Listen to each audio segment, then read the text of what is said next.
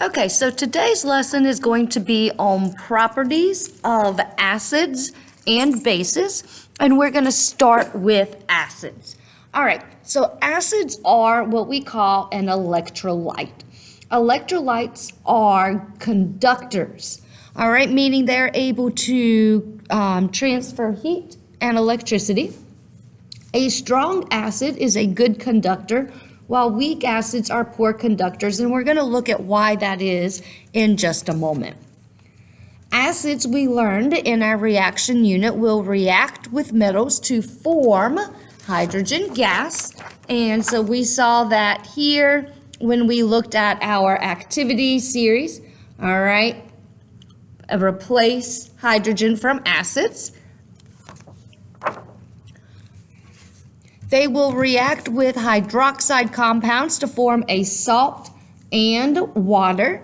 Again, we saw that in our unit on reactions when we did a double replacement here, and we had an acid-base neutralization, all right, double replacement type B.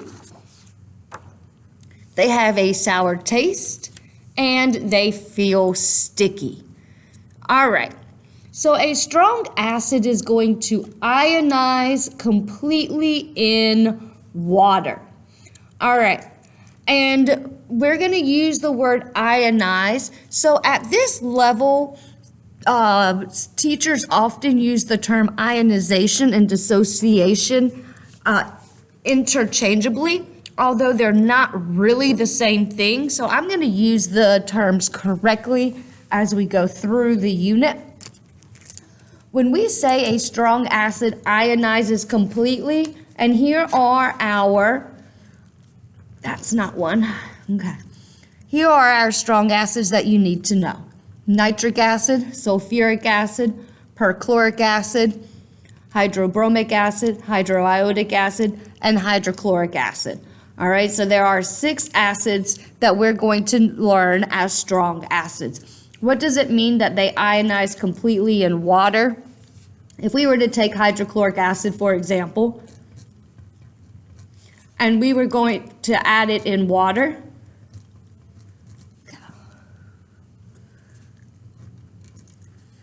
this is going to donate a hydrogen to water to create H3O+. I have 3 hydrogens, and hydrogen is positively charged, so this neutral becomes positive.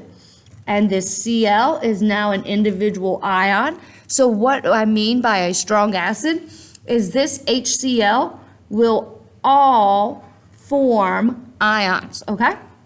So it will completely form nothing but ions. There's no HCl left. It's all ions. Okay.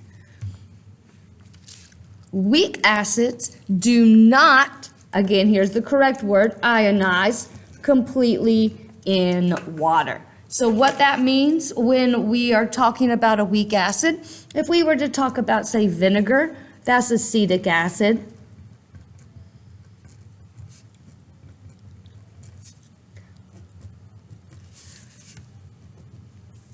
Okay, this hydrogen will donate to water to form H3O+, and my acetate ion. However, if I was in a solution, I am going to have some hydronium ion, some acetate, and some of the acetic acid. All right, so a weak acid has all 3 parts when in a solution. A strong acid in water would only have the ions. So there's the difference between a strong and a weak. A strong creates all ions, and acid creates some ions, but some of the acid hangs around. All right, a couple of theories that we're going to look at, and we're only going to look at 2 of the theories of acids, all right? So the third theory is well beyond the scope of our course. An areneous acid is going to produce hydrogen ions in water. All right, so that means that HCl will break apart into its 2 pieces, H+ and Cl-. A Bronsted-Lowry says that acids are proton donors, where the proton is the hydrogen piece, which is the H+. Now we know that when we talk about hydrogen, if we were to look at it in terms of its periodic table, hydrogen has a mass of 1 and it has 1 proton. Okay, so if we were to draw, it has 1 proton and it has no neutrons because its mass is 1. So 1 minus 1 is 0. And then it has 1 electron. Now, this is a neutral hydrogen. We are saying that hydrogen has a positive charge. We know that when electrons are lost, all right, so if I lose that electron, we know that it becomes a positively charged particle. All right, so this is my H+, and this is why we call it a proton donor, because the only thing left is a single proton. All right, so Bronsted-Lowry are proton donors. They're donating that H+. All right, so what we see here is this hydrogen from our HSO4- is going to be donated to water. I have 2 waters or 2 hydrogens. If I add a third, there's my H3, the O, and again, when I add a positive, it becomes positive. And what am I left with? If I have SO4-, if I remove a positive from that, I am now a negative. So it goes from a -1 to a -2 because we've removed that positive. This H3O+, we call it a hydronium ion. Now, you'll notice in the Arrhenius acid, we're just writing H+, and down here we're writing H3O+. We typically tend to use these interchangeably at this level. I'm going to try and stick to the H3O+ as much as possible because I feel like that clears up a lot more confusion than when we write things as the H+. All right, students start asking me, well, where did the water go when we write it as H+? But I wanted to tell you that because we do sometimes use those interchangeably. Okay, we know that protons and acids are going to be donated 1 at a time. All right, so we have 3 types of acids. A monoprotic acid has a single proton, like HCl, hydrochloric acid. It has 1 proton. All right, so when we donate this proton, we form hydronium ion, that H3O+, and the Cl-. Sulfuric acid is an example of a diprotic acid, where we are donating 1 at a time. So if I have 2 hydrogens, I'm going to have 2 steps. My first hydrogen is going to be lost to form HSO4- and H3O+. All right, so this hydrogen comes to the water. Now I have HSO4-, so this guy can still lose a hydrogen. So in the second step, my final hydrogen is donated to water to form my sulfate ion and my hydronium. Same thing with a triprotic acid. All right, triprotic acids are going to have 3 protons like a phosphoric acid. We will lose 1 hydrogen at a time, so H3 becomes H2. Now my H2 can lose an additional hydrogen to become an H, and this final hydrogen can be lost to become our phosphate ion. And you'll notice that in each time we are forming hydronium ions. Regardless of which step it is in, we are still forming hydronium ions. So let's look at bases. Properties of bases. Bases are going to react with acids to form a salt and water. So again, going back to our reactions unit, when we talked about an acid-base neutralization, bases have a bitter taste and they feel slippery. All right, many cleaning products have ammonia in them, which is basic. And this is why if you do a lot of cleaning, your hands may feel slippery when you're finished cleaning because those products are basic. All right, a strong base is going to dissociate completely in water. What are our strong bases? Strong bases are group 1A hydroxides strontium, barium, and calcium. Now, if we were to look at our solubility rules from our reactions unit, what did we notice? Our solubility rule said all hydroxides are insoluble except group 1A, strontium, barium, and ammonium. So with the exception here of this ammonium piece, our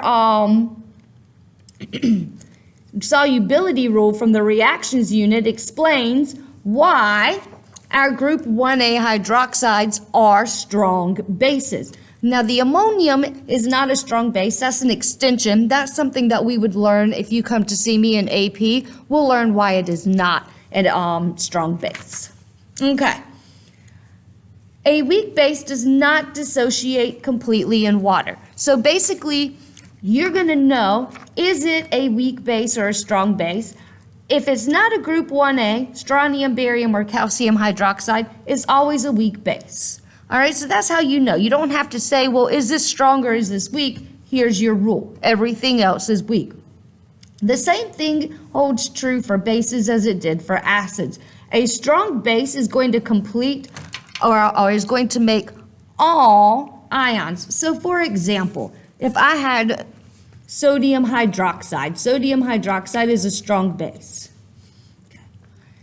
It is going to form in water all ions. So I'm going to have Na plus and I'm going to have OH minus. All right, so I'm not going to have any sodium hydroxide left when I put it in water. It's going to become all sodium and all hydroxide ions. All right, a weak base does not dissociate completely in water. NH3 ammonia, this is an example of a weak base. This does not have a hydroxide in it, but it is still basic. Why is that? All right, water is going to donate a proton to form, if I have 3 hydrogens and 1 hydrogen comes over, that means I now have 4 hydrogens. That hydrogen's positively charged, so I've formed the ammonium ion. If I had 2 hydrogens to start with, I remove 1, what am I left with? A compound that has 1 oxygen and 1 hydrogen, and we know that is hydroxide. So ammonia forms hydroxide in water, which is why it's basic, but essentially ammonium ion and hydroxide ion are all present. It's not all ions. That's why we say it is a weak base. Okay, so let's look at our theories of bases here. An Arrhenius base is going to produce hydroxide in water, so that's what I just showed you a minute ago. My sodium hydroxide can break apart into ions. This is a strong base, so it would form all ions.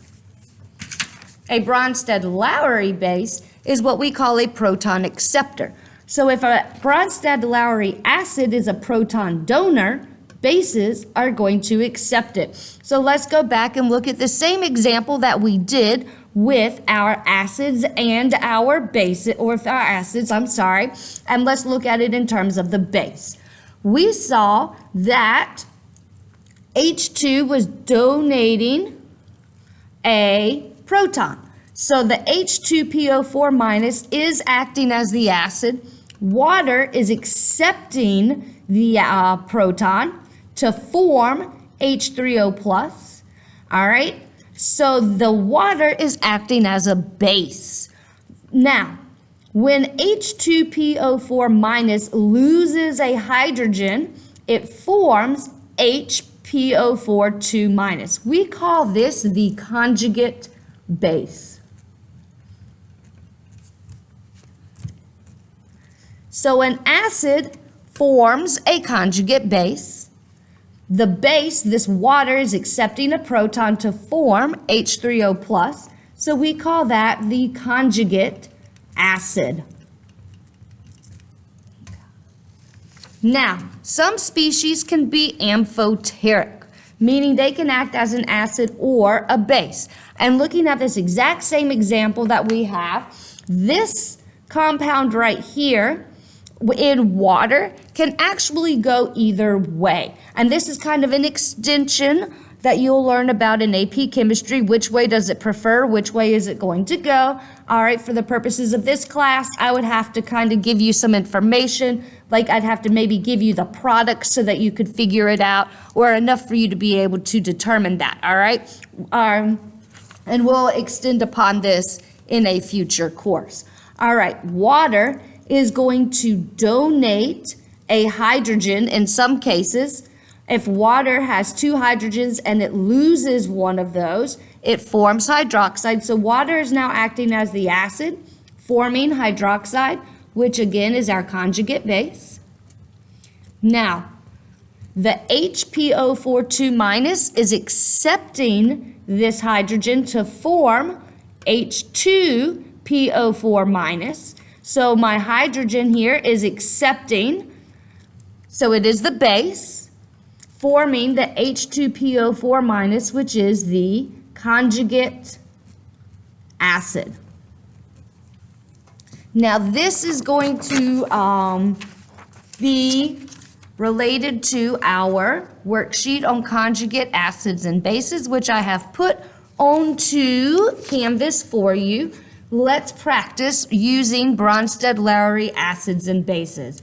And you'll notice here I have provided for you the products so you can kind of figure out what's happening. I have HCl. A hydrogen has been lost to form Cl minus. So if I lose a hydrogen, that is the acid, which I'm just going to write an A for. It forms Cl minus, that is the conjugate base, which I'm just going to abbreviate Cb. This CH3NH2 is accepting a proton, so it is the base, to form my compound with the H3 plus, that is the conjugate acid.